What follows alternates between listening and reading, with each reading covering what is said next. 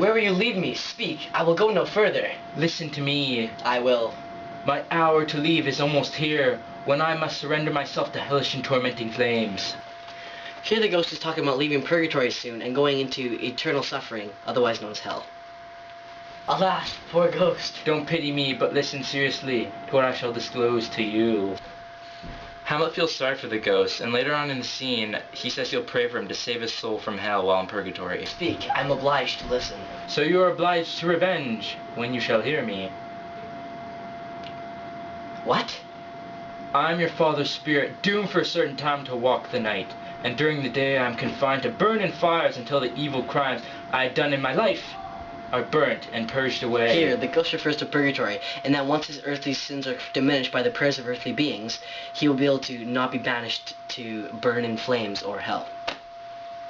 If I were not forbidden to the secrets of my prison house, I could tell the tale whose lightest words would crush your soul, freeze your young blood, make your true eyes like stars jump from their sockets, your knotted and combined hair to separate, and each particular hair to stand on end like quills on an angry porcupine. But this eternal description must not be given to ears or flesh or blood. Listen, listen, oh listen, if you ever loved your dear father. Oh God. Revenge his soul in most unnatural murder. Murder! Murder most foul, as even at best it is still murder, but this murder is at most foul, strange, and unnatural.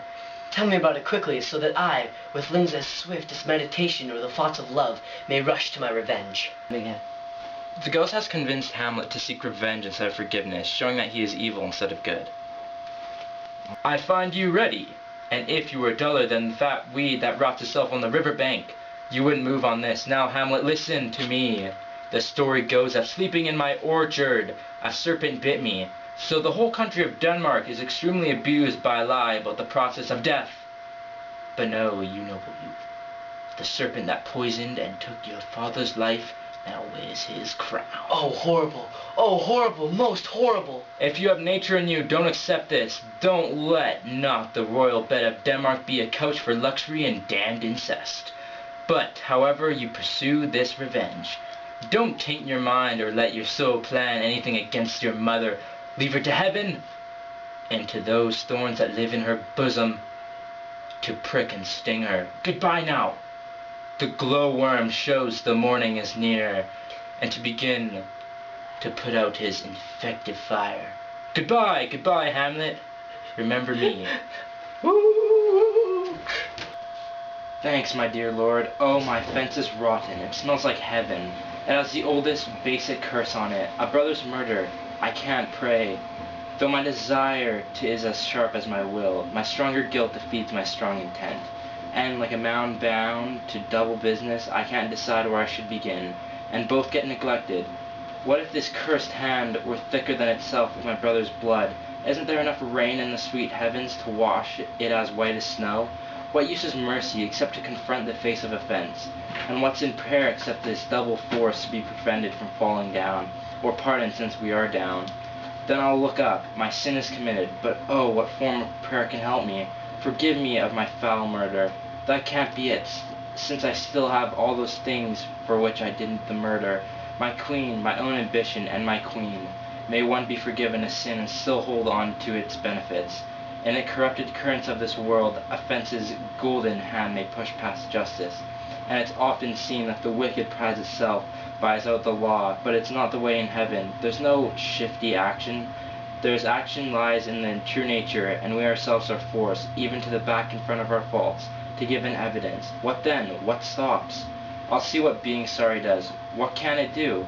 But what can it do when one cannot say sorry? Oh, wretched state! Oh, heart as black as death! Oh, dissolving soul that's struggling to be free is more a slave. Help, angels, make an attempt. Bow, stubborn knees, and heart with strings of steel. Be soft as the muscles of the newborn baby. All may be well. Now might I do it just like that? Now that he is praying? And now I'll do it, and so he goes to heaven. And so am I revenged? I must think about that. A villain kills my father, and for that I, his sole son, do this same villain send to heaven.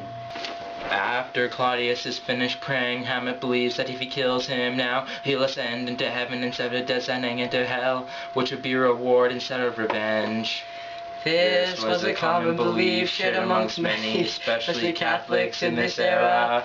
Throughout the rest of Hamlet's thoughts in the scene, he expresses his plans to kill Claudius in the middle of him committing sin, so that when he dies, he'll go to hell for sure. Oh, this is a contract in pay, not revenge. He took my father grossly, full of blood, with all his sins on his soul, as full as bloom as May. And how his report stands, who knows except heaven? But in our circumstances and thinking, it is heaven's situation with him.